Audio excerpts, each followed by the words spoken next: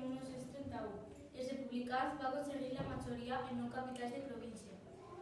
El ministre de la Governació va recibir informació a les 5:30 del dia 12 d'abril dels pobles xicotetes. Data de proclamació de la Segona República. Després de la dimissió de Miguel I de Rivera al gener de 1930, Alfons XIII va intentar tornar a la feble règim monàrquic a la senda constitucional i parlamentària, malgrat la debilitat dels partits dinàstics.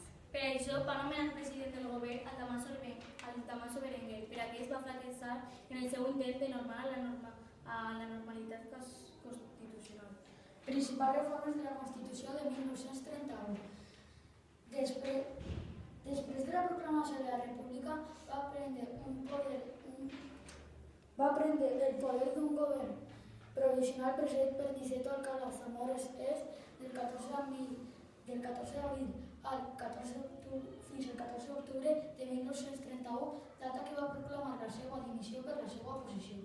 A la forma en com es va recollir el laïcisme de l'Estat en un article de la nova Constitució sent substituint per Manuel Azaña. Persones que van governar al llarg de la Segona República van ser Manuel Azaña I i Niceto Alcalá Zamora. Adeu.